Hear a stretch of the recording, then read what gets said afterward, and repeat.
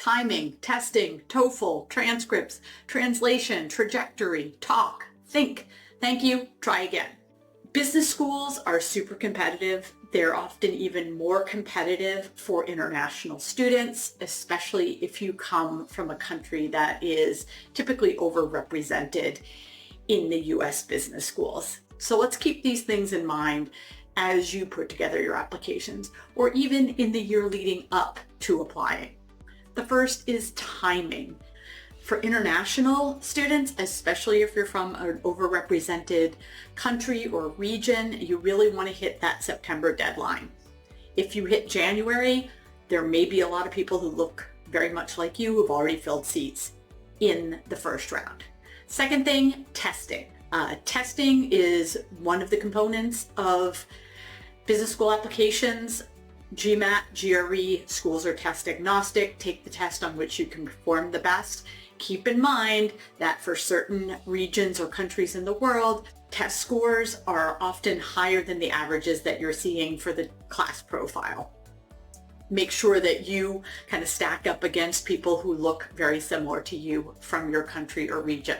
Now, the upside for someone who might be from a smaller country or a country that doesn't send a lot of people to business school in the US is that you have a little bit more wiggle room here because you're one of not many, but one of maybe just a handful. Tip number 3, TOEFL, test of English as a foreign language. I use that T word. There are other tests you can take. Some schools will accept the Duolingo or IELTS. But if you attended a university in which the language of instruction was not English, chances are that you need to take a TOEFL exam. So make sure you check what is required of the programs that you are applying to. Candidates out of India may be surprised that some of the University of California schools, namely UCLA and UC Berkeley Haas, require a TOEFL. Next up, transcripts. Rest assured that admissions committees have seen transcripts from your country. Unless they ask, you do not need to go to WES and do a transcript evaluation. Admissions counselors know that a 75 in India is a really strong score. They know that a D in Australia is distinction, not practically failing. And they know that a lower GPA is better in Germany than a higher GPA. Next up, translation.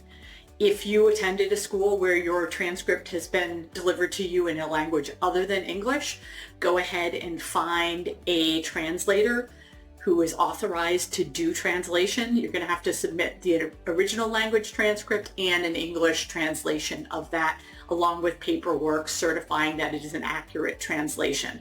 Check with the schools directly to make sure what is allowed for you. Trajectory.